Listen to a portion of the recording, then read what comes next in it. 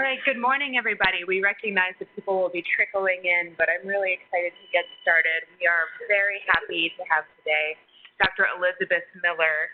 She is the chief for the Division of Adolescent and Young Adult Medicine at the Children's Hospital of Pittsburgh and a professor of pediatrics for the University of Pittsburgh School of Medicine. I would also like to take the time to thank the Children's Health Board, for whom funding helps provide this speaker, as well as the Freddie Mac Child and Adolescent Protection Center, who also helps provide funding this morning. Lastly, I'm going to provide a very brief shameless plug. We, the Help Victims of Violence Collaboration of Children's National, have done a lot of work to also have community partners to do really great outreach and collaboration to provide quality care to our patients and our families. We actually have a couple people from some of our partnering organizations in the audience. So I'd like to just take a quick time to shout out to the DC Volunteer Lawyers Project, who has been holding free clinics for our families. They're the first Thursday of every month, and I'm going to leave flyers in the back corner for you to take and peruse. I believe that a representative from that organization will be available during the meet and greet if you have further questions. Do you want to raise your hand? So, great. And then I'd also like to take a quick moment to thank DC Safe, who is another one of our collaborating partners for Children's National that helps to provide a lot of quality community services, including civil protection orders. So if you have any questions about that, we're happy to answer that after, or you can ask your social workers in your individual department. So without further ado, let's welcome Dr. Liz Miller. Good morning. It's a real honor and privilege to be here, and I'm particularly thrilled to hear that there are community advocates in the room. Thank you so much for the work that you do. And also a shout out to one of my colleagues, Kirsten Stewart, from Futures Without Violence, also an advocacy organization that I'll be talking a little bit more about in a moment. But before I get started, I thought it might be helpful, in particular for the learners in the room, to know how it is that somebody who's now Division Director in Adolescent Young Adult Medicine gets into work like doing healthy relationships prevention and some of that trajectory, just to position this talk a little bit. And then I hope to share with you just sort of a smattering of clinical and community-based projects that I've had the privilege of working on over the last now 3 decades. And I'm glad that we'll have a meet and greet afterwards so that some of you can work through some of the complexities of what I'm presenting. Also, a recognition that with any talk on healthy relationships also is one where I need to acknowledge the critical experiences of survivors who have really informed my work. I'm also acutely aware that there are many survivors among us today, and thanks for all of the courage that it takes to be here, and thanks for your willingness to share your stories with me over the years, because it is really those stories that have informed this work. So how did I get here? So I was a very idealistic first-year medical student doing work primarily when I was trained in Boston around healthcare for the homeless, really interested in social influences of health, though at the time we didn't have language like social determinants of health. Interestingly, I was then offered the possibility of doing a doctorate in the social sciences as part of some funding that my medical school had received. And they said, so you, Liz Miller, seem to be really interested in these social issues. Would you be willing to do this doctorate in social sciences because we can't find anybody else to do it? We'll pay for the rest of medical school and all of graduate school. I'm like, oh, okay, where do I sign? So that is how I end up with a PhD in anthropology, and also the very good fortune of meeting my spouse in graduate school. So the story is that I went back home to Japan, which is where I was born and raised, to do a dissertation, which I thought was actually going to be on the social dimensions of HIV in Japan. This was in the early 90s. And when I arrived to do my field work, about 2 weeks into my fieldwork experience, the Japanese Ministry of Health and Welfare, which is like the CDC equivalent, announced their public health prevention message, which was the reason there's so much new HIV in Japan is all the foreign women. And so thus my dissertation was born. and so the foreign women they were referring to were adolescent and young adult women who were being trafficked from Southeast Asia into Japan's sex industry. Because of the vagaries of the anti-prostitution law in Japan, the public health folks felt that they couldn't actually call out trafficking as the source of much of the problem. And in fact, of course, there was an immense amount of victim blaming that was going on. I had the privilege of working in a shelter for girls who had escaped from the system of sexual slavery. And so my earliest work actually was in anti-trafficking. And in the early 90s, at a time when, as public health professionals, we were still not making the connection between HIV and gender-based violence. Fast forward to 2019, I think we've certainly made some headway, but I will say that those public health silos, unfortunately, continue. So I come out of this dissertation experience, no surprise, right? I wrote a rather polemical feminist anthropology dissertation about gender-based violence and HIV.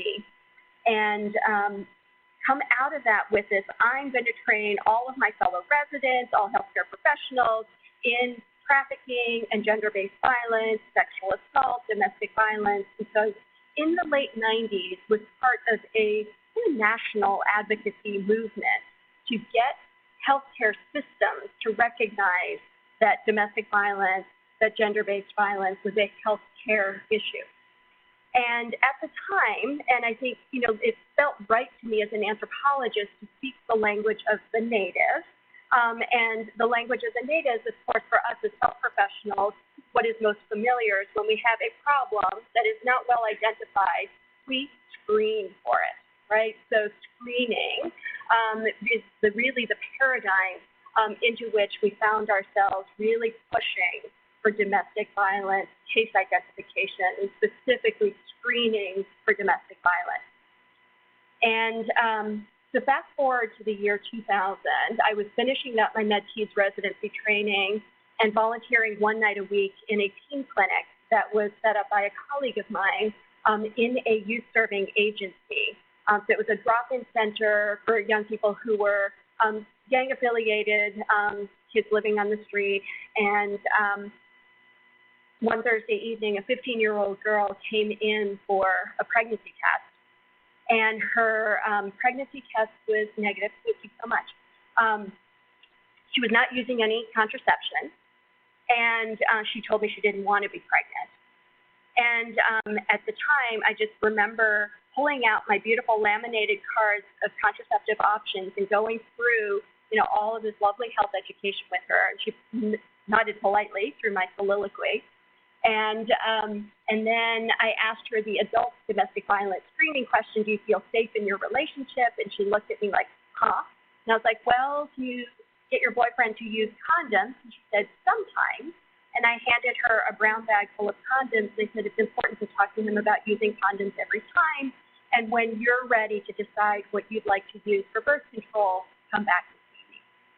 2 weeks later, I got a call from our emergency room saying, Dr. Miller, we think we have one of your patients here. She has sustained a severe head injury, having been pushed down the stairs by her boyfriend. It was one of those moments where, amazingly to me, 19 years later, I still feel that visceral pit in my stomach, hair in the back of my neck, all of those feelings, because it was really, for me, probably one of the most earth-shattering experiences. She had a very, very complicated hospital course that was made even more complex with her family's response, which was her own damn fault for being with him. And so she comes out of this with multiple suicide attempts that followed. It was a very, very complicated story. So I come out of that experience saying, what did I miss? How was it that here I was, after a decade of work and a PhD in anthropology and thinking I was like on like the pinnacle of knowledge around gender-based violence, and there it was staring me in the face, and I completely missed it. And so what you're going to hear about in the next 30 minutes or so is really work that, in many ways, is really dedicated to her and the many, many young people I've had the privilege of serving since, in terms of better understanding the dynamics of relationship abuse, but also what our role is as healthcare professionals, and also to problematize the paradigm of screening and to introduce to you all a different, more trauma-sensitive and survivor-centered paradigm, which I call healing-centered engagement. So, move that forward. So, no financial disclosures, but as I had alluded to, much of the work that I have done over the last 20 years now has been with Futures Without Violence, a national nonprofit organization that provides materials, education, support for healthcare professionals for free, supported through really important legislation that includes the Violence Against Women Act. And I've also partnered with Promundo Global, a global gender-based violence agency as well, and I'll share some of the work that we've done together.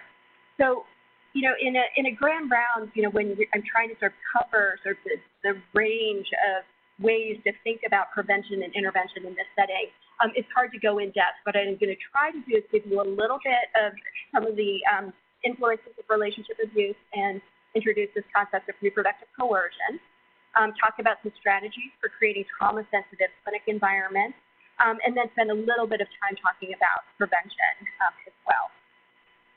So my research has been very community partnered. And as I had shared at the beginning, survivors have taught me a lot about how we might be able to restructure and rethink the way in which we do our work. And so these are just a handful of folks in Pittsburgh who have been really guiding our recent inquiry into this space. So 2018, 2019 has been an extraordinary time for folks like myself who've been in the sexual violence, partner violence space with #MeToo, and certainly Chanel Miller's coming forward, Jeffrey Epstein, and of course the Kavanaugh hearing. And I am going to share with you that personally, for me, going through the Kavanaugh hearing, there was a period of about 2 to 3 weeks after those hearings where I simply could not do this work anymore. And it was really kind of that, what have we been doing and why are we still here? And I am super grateful actually for a number of survivors who reached out in that time to say how absolutely critical it was for us to continue to do the work in this space, and in particular to continue to do rigorous research and evidence-based practices to continue to push policies forward in what has felt like an intensely dark time. And of course, it is the voices of those who've had the courage to come forward who really helped to keep me going. And you all know that the numbers are abysmal. So these statistics come from the CDC, the National Intimate Partner Violence Sexual Violence Survey, showing that 1 in 4 women have experienced physical or sexual violence at the hands of a partner. For U.S. teens, that number for adolescent girls is about 1 in 5, and it is about 1 in 20 for adolescent boys. And these numbers actually have not shifted significantly over the last decade, I would say for sure, where we've been able to actually measure things pretty consistently. So this is my one epidemiology slide, and there's so much to be said. Over the last 20 years, we've done lots of longitudinal, cross-sectional work around the relationship between adolescent relationship abuse and health. And these are just a smattering of the health outcomes, unintended pregnancies and STIs, of course, but certainly the mental health concerns from depression, anxiety, disordered eating, suicidality, substance use, and the like. And I had the real honor of writing a review article in the New England Journal last year with my dear colleague, Bridget McCaw, where we had an opportunity to actually synthesize the literature over the last 2 decades. And basically the bottom line that I say to my learners is, give me a health condition and I'll trace it back. to a history, to connections to intimate partner violence and other trauma and childhood adverse experiences. So, reframing the role of the healthcare provider. So where I'm going with this is to say healthcare professionals can absolutely make a difference. For patients or clients of ours who are not ready to leave a relationship, just our recognition and validation of what they're experiencing can have a really profound impact. And in particular, in terms of reducing a survivor's sense of isolation and shame. And encouraging them to believe that a better future is possible. For my colleagues in adolescent medicine, this is that concept of resilience that we spend a lot of time in adolescent health focused on, which is ensuring that our young people know that they're not alone, helping them maintain their connection to social support, but also encouraging hope and future orientation. And I would say that survivors have shared with me over the years how critical that is. One of my colleagues in Boston years ago actually did a really important study showing that when women spoke to their healthcare providers about abuse, they were 4 times more likely to use an intervention. So this is calling a hotline, talking to a counselor, talking to an advocate. Providers really can make a difference, and this is really just in raising the topic. So my colleague Judy Chang, an OBGYN in Pittsburgh with me, did one of the most seminal studies in the mid-2000s. And it was, here we were in the 90s doing all this, like, let's screen for domestic violence. And nobody had actually paused to say, that's actually what survivors want us to do. And that's the study that Judy did, which was interviewing many survivors about what they wanted healthcare professionals to do. And it's actually really straightforward, right? The first one was don't be judgy, to be a good listener. The third was to offer information and support, regardless of disclosure. So and then related to that, the fourth point, which was don't force me to disclose. Do not push for a disclosure. I'm going to share my story with you when I feel like it, but always offer information and support. And it is really this study, this work, that has guided my intervention development. So first, some little bit about the connection with reproductive and sexual health. So intimate partner violence does increase women's risk for unintended pregnancy. And for the learners in the room, right, the other sort of take-home point on all of this is if there's something you're passionate about, just stick with it, and eventually somebody will give you money to do it. So at the time in the early 2000s when I was really wanting to figure out gender-based violence and this connection with reproductive and sexual health and so forth, I had a mentor at the time who said, Liz, I have no idea why you want to do this violence research. There's no money in it. You'll never get funded, and you should do childhood obesity research instead. And I'm awfully glad I did. And so one of my earliest studies was doing some qualitative work, like a good anthropologist, listening to young people who had experienced abuse in their relationship and trying to understand why it was in the epidemiology that we were consistently seeing this connection between intimate partner violence and unintended pregnancy. And among my first interviews was a young woman who said he used condoms when we first started, and then he'd fight with me over it. He would just stop using condoms completely and didn't care. He got me pregnant on purpose, and then he wanted me to get an abortion. So really understanding how reproductive health may be used as a tool for power and control as well. I had many other stories, and in fact, in a study, qualitative study with about 60 participants, a quarter of the adolescent girls shared that their abusive partner had actively tried to impregnate them against their wishes. And so this concept of reproductive coercion emerged from that work, and reproductive coercion being where partners will actively try to impregnate their female partner against their wishes, and includes birth control sabotage, so flushing birth control pills down the toilet, removing vaginal rings, removing the patch, And we have also heard stories of IUDs being removed as well. But also more subtle forms of pregnancy coercion. I'm going to leave you if you don't get pregnant. You are going to have my baby, and so forth. And so as this qualitative work was emerging in this sort of community partnered way in which I was doing this, I really had no idea what to do with these. It's like, okay, we're hearing these stories. There seems to be this phenomenon.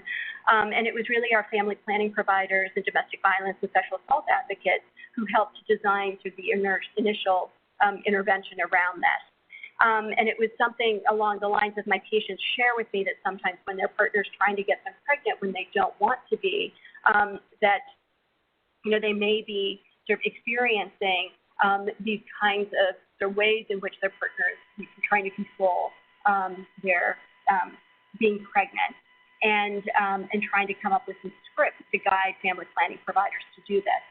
And so what is shown up here is a palm-sized educational card that we developed together with family planning providers, domestic violence advocates, and survivors.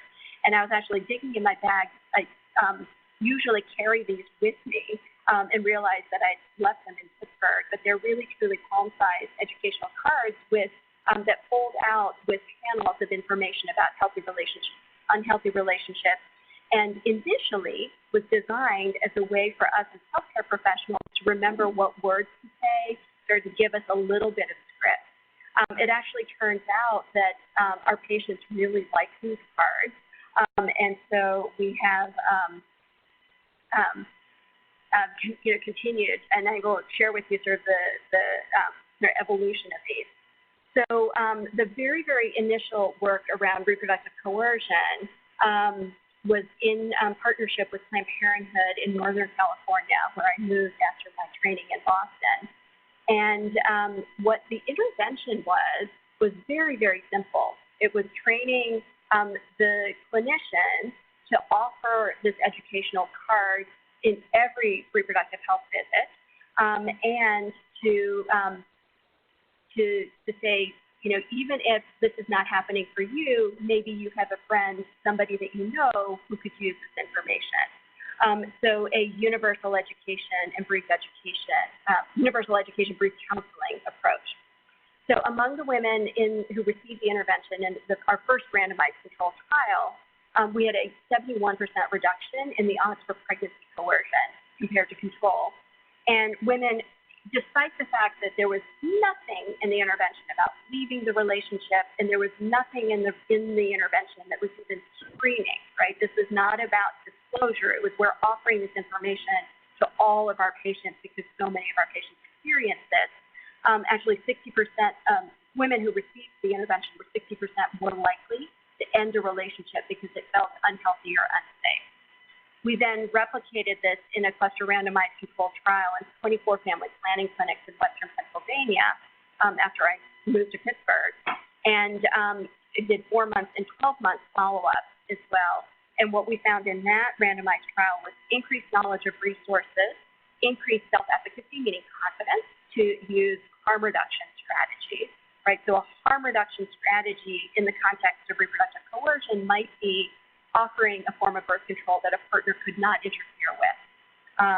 So this includes placement of an intrauterine device, but to actually offer to cut the strings.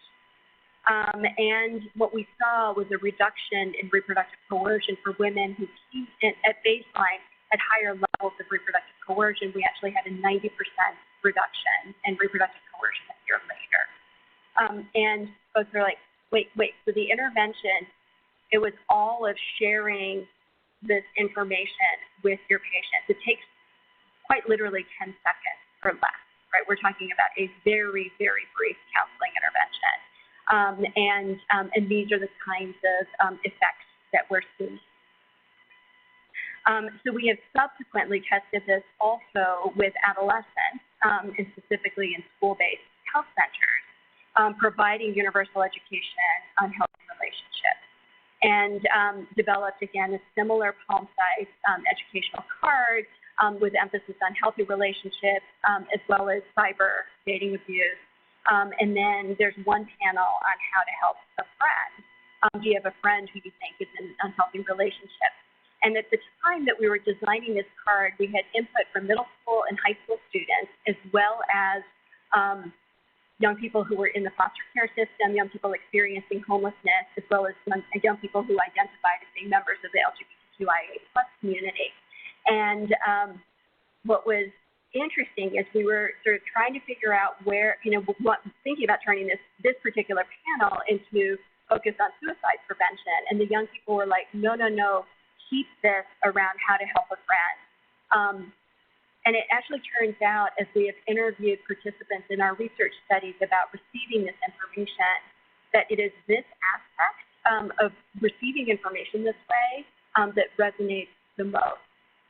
In that we have heard young people say they went back to clinic several times to get extra cards to share with their friends. We had one participant who said, she went back to clinic, got 3 more cards, and I was like, well, what did you do with them? She goes, I kept 2 in the top drawer of my bedroom dresser, and I gave 1 to my mom because she needs it more than I do. And another young person who was already in college, but then was Skyping her best friend from high school and read panel by panel through this.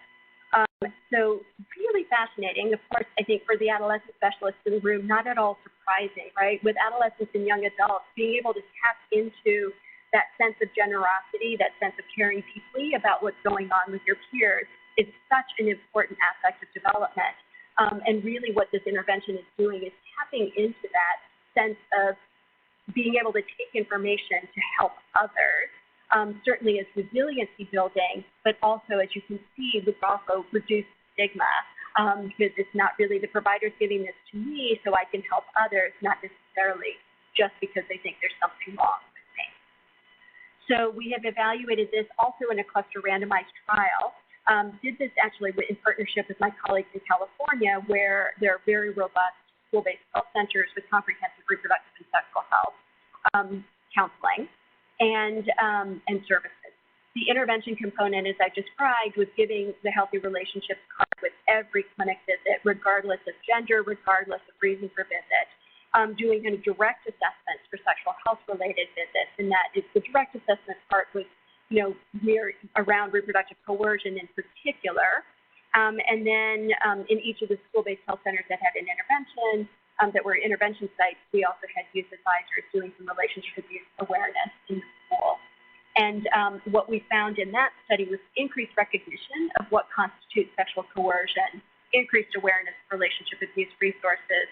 And then, although, again, this was not an outcome that we were specifically interested or had hypothesized would change, we actually found at follow-up 4 months later that the young people who were experiencing relationship abuse at baseline had a significant reduction in relationship abuse victimization. And then the fourth part being that this is not a disclosure-driven intervention. This is, we're giving this information to everybody. If you ever have somebody, if you ever want to talk about these issues, if you ever want to bring a friend in, we're comfortable talking about this, led to a 3-fold increase in disclosure in the intervention site. So we have also now tested this on college campuses as part of college campus sexual assault prevention with a college campus card. This particular card has been revised now into with even more input from college students. And what we found in this cluster randomized trial across 28 college campuses. Here we focused on both health and counseling centers in Pennsylvania and West Virginia, and tested this kind of more what I call a trauma-focused intervention to prevent sexual violence, and the comparison received an alcohol-focused screening and brief intervention, but both approaches using the kind of universal education approach. With almost 2,300 students in the study. And what we have found is increased self-efficacy confidence to use safety strategies, harm reduction strategies, and increased disclosure. So very similar to our adolescent work. But no, in the college campus work, have not seen any significant reduction in victimization. I do think actually over the years of doing this work that it is, interesting that this is what we saw in the adolescent work in our work in family planning settings and now in the college campus setting. We are not moving the needle on violence victimization. I think that these kinds of brief health interventions are much more likely to do the kinds of things of increasing confidence around improving safety and engaging in harm reduction strategies, but trying to reduce victimization actually requires much more prevention work on reducing perpetration, reducing the use of violence. So to really sort of summarize here, I'm going to spend a little bit of time sharing with you some of the prevention work that we've been doing, trying to reduce the use of violence, and in particular, changing social norms. So you've probably noticed as I've been talking that the language that I've been using is really quite gendered. And I want to pause and say that I absolutely recognize that violence impacts all of us, regardless of gender, regardless of race, ethnicity, regardless of socioeconomic status. It is also true across the globe that violence against women and girls disproportionately impacts the global population compared to the impact on men. And it is also true that we're focusing on men's use of violence and strategies to reduce men's use of violence. I'm not going to be able to get into today work that we're doing around understanding girls' use of violence, aggressive behaviors, and so forth, largely because the epidemiology tells us that the sources and kind of root causes of those experiences and use of violence differs by gender. So what we do know about changing social norms is that endorsing attitudes that are in line with, how do I say this? So gender attitudes that are more harmful in terms of condoning violence against women and girls, attitudes such as, and homophobic attitudes, so men should only have sex with women, men should have as much sex as possible, kinds of sort of traditional masculinity norms, and what oftentimes in sort of common kind of language and in social media has been labeled as toxic masculinity. So much of our work in my lab is focused on measurement of these gender norms and gender attitudes and trying to think about ways in which we can shift these attitudes. What we are seeing is that the more a young person endorses inequitable attitudes, right? This is the way that a man should behave, that is condoning violence against women and degrading towards women, as well as endorsing homophobic attitudes. So the more inequitable a young person's attitudes are, the much more likely they are to perpetrate sexual violence and partner violence. And in work that has actually just been accepted, we have, accepted for publication, we've actually shown that these gender inequitable attitudes are also associated with youth violence perpetration as well. So engaging in threatening behaviors, use of weapons, and so forth. So this work has been really focused on whether or not we might be able to modify these gender attitudes. And so one of the projects that I've worked on with Futures Without Violence for now over a decade has been a program where we train athletic coaches to talk to their male athletes about stopping violence against women and girls. And one of the reasons that we picked sports is because it is really one of the most hyper-masculine spaces. and in which the sort of gender and the gender binary is so ingrained in the ways in which we think about this. Just as an aside, all of the sort of controversy around women athletes who have just higher levels of testosterone and they're, whether they're allowed to participate and compete in sports, kinds of ways. So there's a very distinctly sort of hyper-masculine aspect of sport. And I will say that as we've looked at gender attitudes across different sports, you would not at all be surprised to hear that football and basketball and hockey are very, ones where we're seeing significantly more gender inequitable attitudes. So Coaching Boys into Men is a very, very simple prevention program where the coaches are provided with training cards. There's 12 in the packet, so it really should take them through an entire sports season with scripts on how to talk to their athletes about this. And it starts with respectful language, so challenging language like throwing like a girl, we raped the other team, that's so gay, right? And having coaches really say that kind of language on our team is unacceptable. And then it moves through the course of the sports season in terms of bragging about your sexual reputation and increasing sort of the athlete's sense of and leadership around intervening when they see their peers engaging in disrespectful and harmful behavior. So we did a 2-arm cluster randomized trial in 16 high schools in Sacramento. 8 were randomized to the intervention, 8 to control, and had about 2,000 athletes in the study. And did a 60-minute training session with the coaches at the start of the sports season. And what we have seen is an increase in positive bystander behavior at the end of the sports season. So that means a greater likelihood of stepping in, saying something when they saw their peers engaging in harmful behaviors. And then increased recognition of abusive behaviors.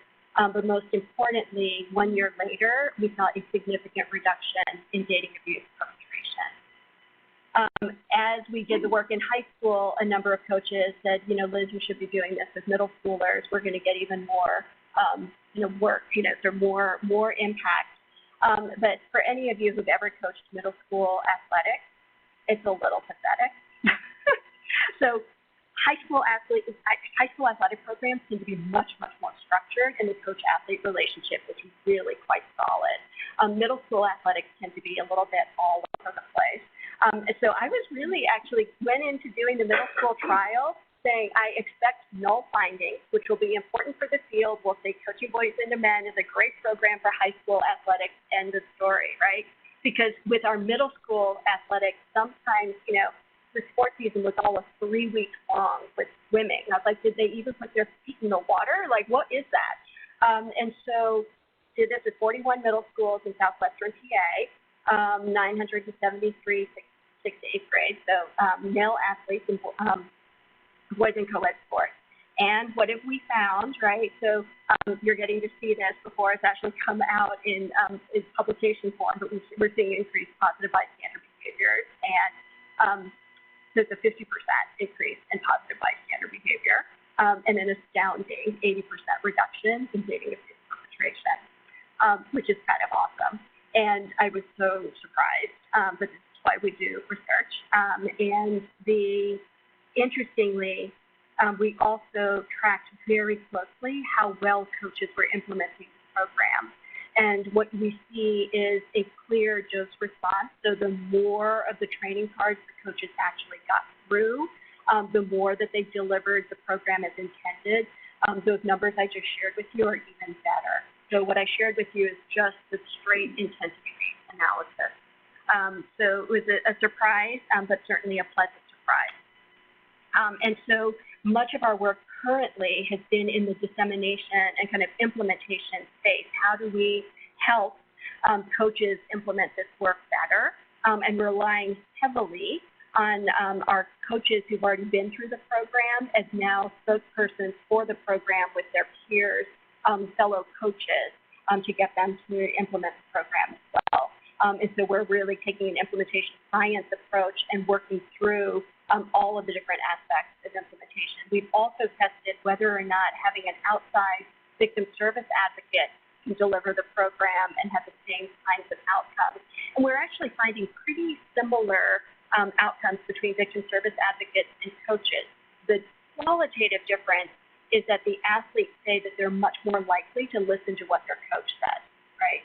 And so what the victim service advocate is able to do is increase the athlete's knowledge about what constitutes abusive behavior. But in terms of their sustaining the changes in behavior, we think that actually that coach-athlete relationship is important, and that is certainly what the athletes are endorsing. So we are super fortunate in Pittsburgh to have local funding through the United Way and the FISA Foundation to really do the dissemination and implementation work. And so as of 2018, 283 coaches, 1,800 athletes, 63 teams in 31 schools. Like, you know, we're making progress. The United Way is saying let's get to 2,000 coaches across 16 counties in Western Pennsylvania. So lots more work to be done around dissemination, but certainly to have an evidence-based program that shows reduction in dating abuse and sexual abuse perpetration is important.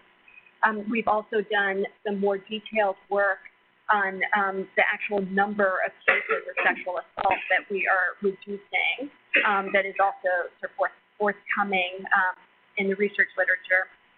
Well, just to pause and just talk about the return on investment here. So the CDC a couple years ago estimated the cost of one sexual assault, specifically for adults, right? Somebody who's 18 or older, what is the cost of one sexual assault to U.S. society? And they estimated it's about $123,000. So what we have found with Coaching Boys into Men is for every 1,000 athletes who receive the program, we are reducing or we are preventing 20 incidents of sexual assault. And it's actually a higher number for sexual harassment and for dating abuse. And so you can all do the math very quickly. You can imagine a program like this is really quite inexpensive. The program materials are free. It's really the training of the victim service advocates, time to work alongside the coaches to be comfortable implementing the program. So we've actually adapted Coaching Boys into Men for cricket coaches in urban India, in Mumbai, the program that was called Parivartan. We've also done more work around exploring masculinity with young people using arts-based strategies and concept mapping.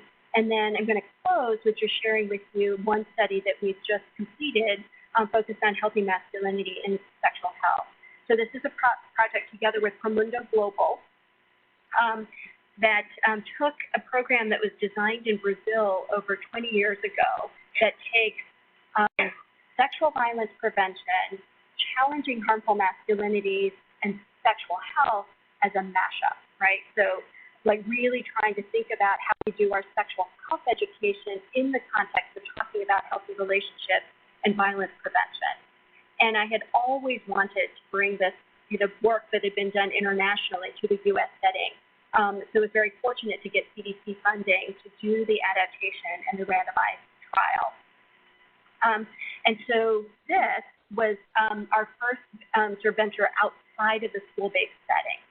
And this was largely because we wanted to do comprehensive sexual health education, which includes talking to young people about internet pornography, which is very much part of adolescent experience. And yet very, very few comprehensive sexual health education programs currently even address how to talk about internet pornography. And so this is designed to be implemented in community-based settings. So we partnered with the Urban League, with the YMCA, with youth places and other youth-serving agencies, as well as libraries and Black churches, and worked primarily in neighborhoods of concentrated disadvantage in Pittsburgh, where there's very, very little in terms of prevention programming and youth development.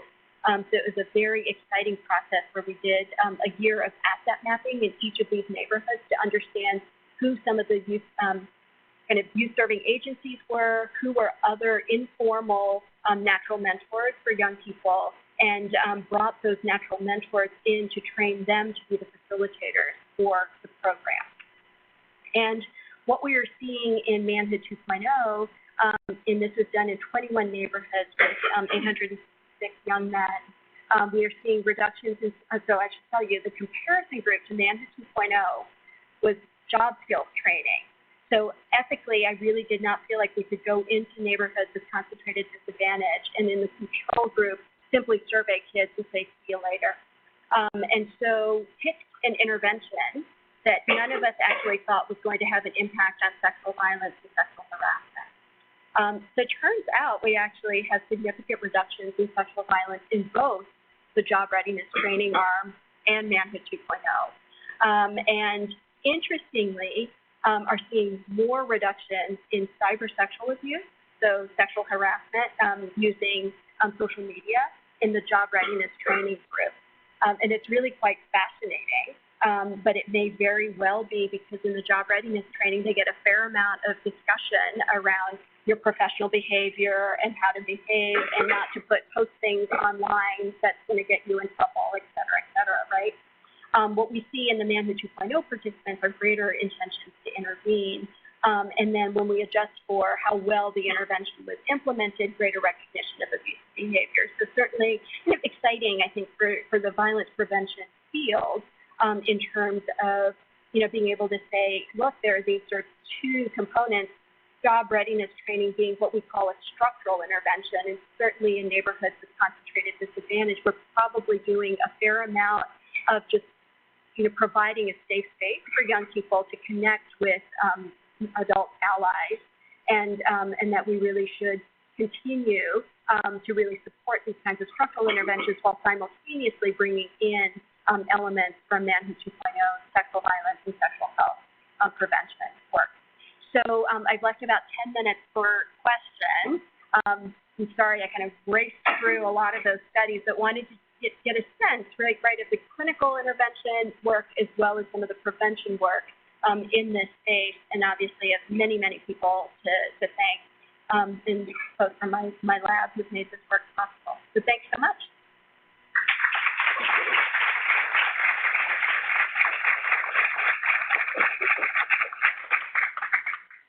Yes.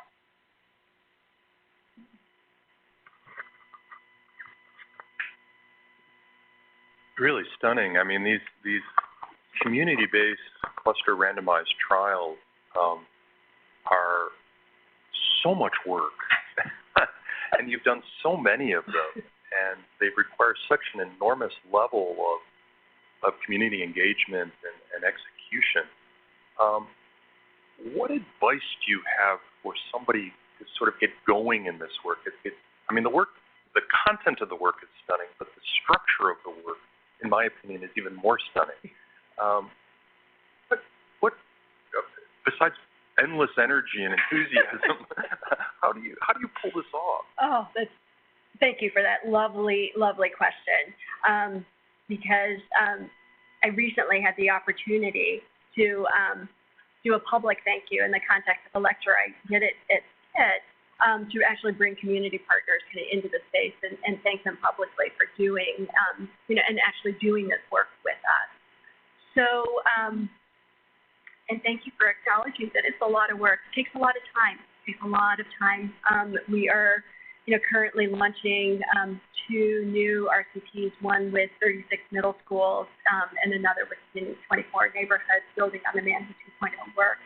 And it does require me as the PI spending a lot of time in community. One of the things that I have learned over time is that this is not about asking community partners to do you a favor, right? This is not me in ivory tower saying, I have this research study and I need you to help me do this.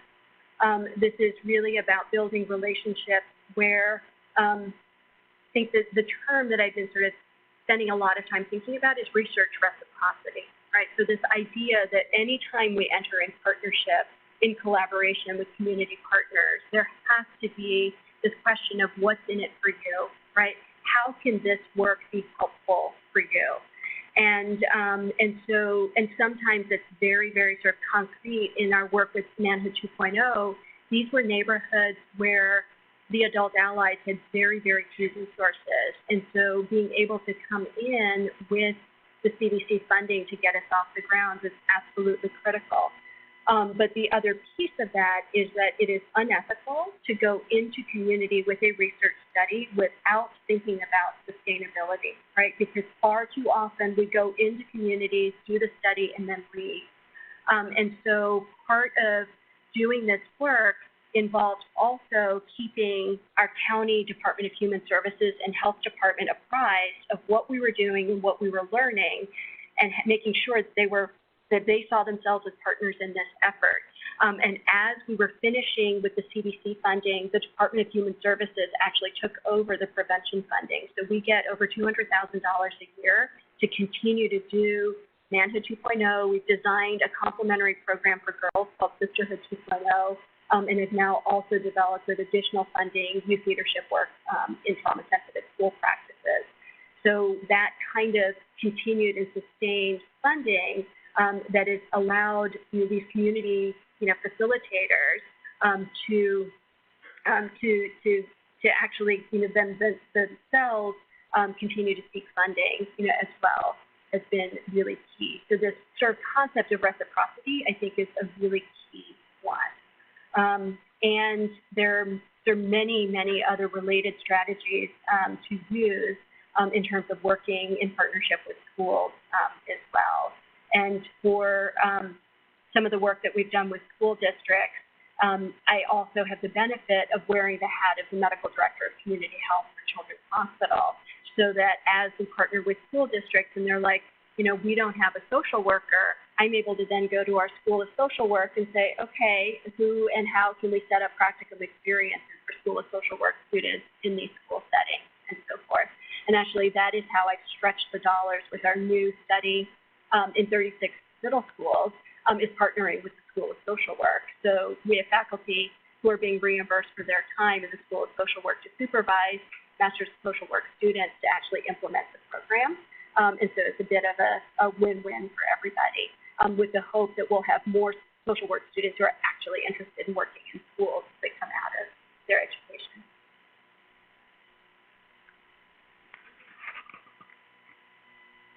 The program for girls, Sisterhood 2.0. And Sisterhood 2.0, again, as I was alluding to, trying to understand where and how gender norms and social norms are fit into girls' experiences. What we are seeing in our data is, and it should come as no surprise, that the adolescent girls who endorse more harmful masculinities, right? So they expect that boys will behave in a particular kind of way, and that the sort of expectation of essentially condoning violence against women and girls, the more girls endorse those kinds of attitudes, the worse their health outcomes are. And so we're continuing to do work with trying to understand what is going to make a difference for girls in terms of certainly reducing their use of violence, but also really trying to understand the context in which violence victimization is occurring as well. Liz, fabulous work and a career certainly well developed and well spent. I was wondering, because of the nature of these studies, I would imagine that there are some fascinating subset analyses that could go on. What about sexual minorities? Yep. Thank you very, very much for, so question for, in terms of sexual minority youth, gender minority youth. So we have been looking at some of the findings so going back to our school-based health center study, randomized trial there, that study was large enough, but interestingly, girls seek care more often than boys, and so is about 75% of the study sample were girls, and so we're only able to do this analysis with girls who identify as sexual minority and defined not only by orientation, but also attraction as well as behavior. And what we are seeing, no surprise, is higher levels of violence victimization, which we're seeing consistently across many studies. In terms of intervention effects, similar reductions in violence victimization. So, I'm fortunate to have some postdocs and graduate students who are really sort of digging into our data sets to do some more of these kinds of sub-analyses as well.